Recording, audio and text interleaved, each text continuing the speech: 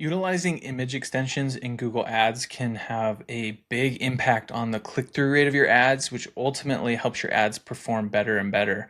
So I want to show you kind of how this works. I'm Travis. I'm the owner of Missoula SEO Geek, and I've helped manage millions of dollars in Google Ads over the years.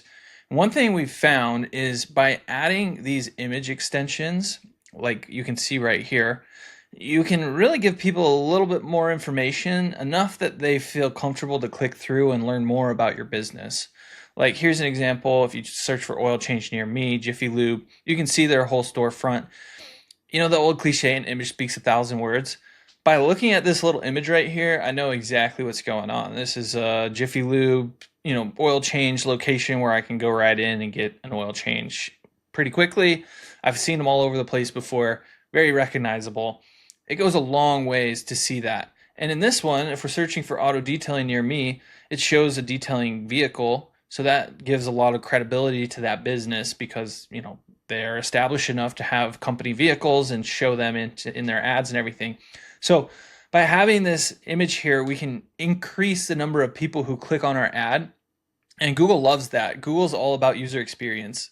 You might not realize this, but Google makes 80 to 90% of its revenue from people clicking on these ads. So they want people to keep coming back and clicking on more of these ads because that's where they make all their money, right?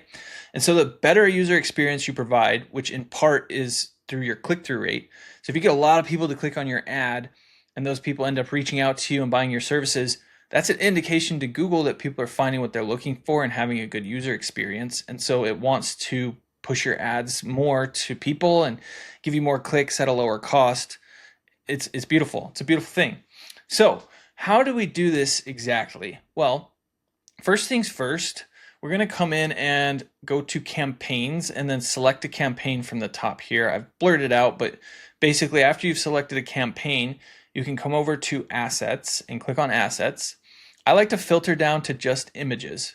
At this point, if you don't see an image option here, it might be that your account is not eligible yet. There are certain requirements to be eligible to use the image extensions. They're now called image assets, but I'm just so used to calling them extensions at this point.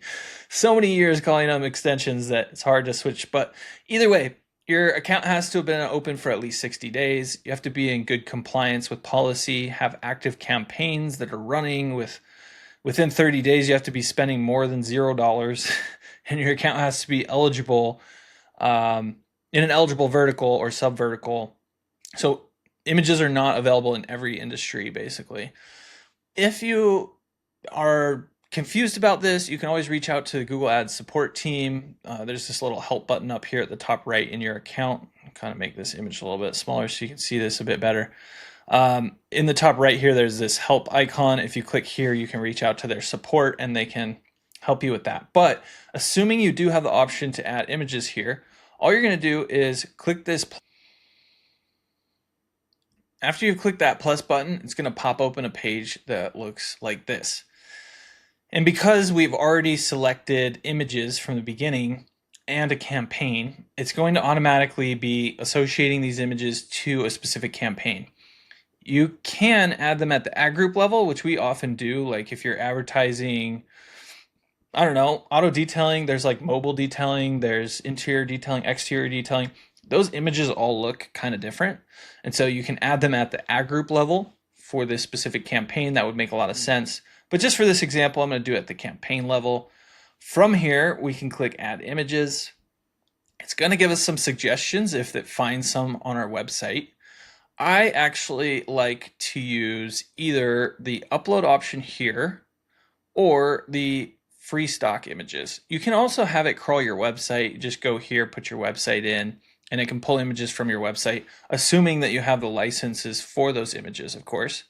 But the easiest thing to do is come over here to free stock images and then just type in whatever it is that you want to show here, like auto detailing.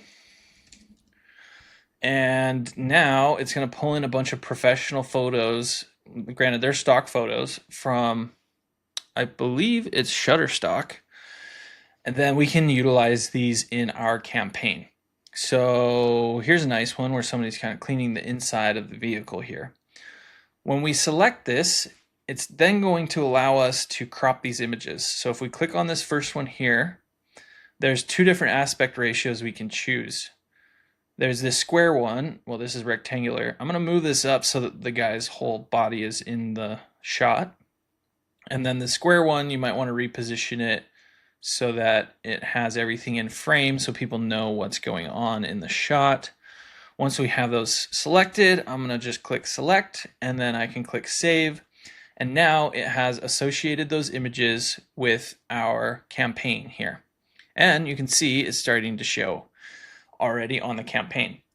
You can add up to 20 images for each, I believe you can do 20 images for each ad group even, or campaign, or it might even just be 20 images at a time. But it is going to limit you. You can't just go and add like 1,000 images. You can see it says 2 of 20 here. So be conscious of what images you're adding so that you're adding appropriate images and good quality images and ones that you think are actually going to get people to click on your ads. And then once you save it, you should see it appear in your ads here. Now, one thing to note, once your ads start running with these image extensions, or assets as they're now called, you're going to start to collect a bunch of data over here. And this data can be a little bit confusing if you're not aware of exactly how this works. So I want to break this down for you just so that it makes total sense, because it's a little bit confusing on face value. You would think that because this image got 10 conversions, that this image itself actually led to us getting 10 conversions. That's not really how it works. What's really happening is this image has showed alongside our ad 408 times. Of the times it showed alongside our ad, that ad itself got 10 conversions for an average conversion cost of $22. This one was only $6, right? Well, the only problem is this one's only gotten 1 click. This one's gotten 42 clicks. You really want like at least 100 clicks usually before you start to make decisions on optimization. But let's say we had 1,000 clicks on each of these, and one of them is got a 23% conversion rate and $22 cost per conversion. The other one's 100% conversion rate and $6 per conversion. It's not likely going to happen. But if that were the case, I might shut off some of the lower performing images just by going over here and selecting pause. And that will allow us to then cycle in new images that might be getting an even better result in terms of click-through rate, conversions, etc. So click-through rate is going to be one of the big ones to focus on here.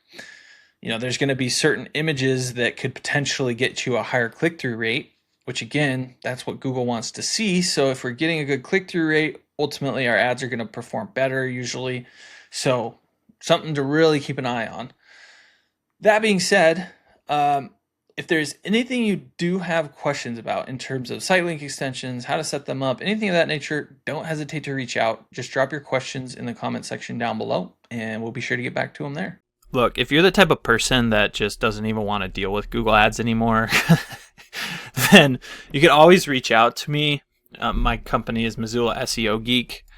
I'll leave a link to my website down below, but we do manage Google Ads for different companies and different industries, and you can come learn about what we do, what makes us unique. You can even read some of the testimonials from some businesses that we've taken from 0 to over $1 million in revenue, like this one here. And really just see that, this is the type of thing that's going to explode your business growth. So feel free to reach out. You can always give us a call or contact us through our website, and we'll look forward to working with you.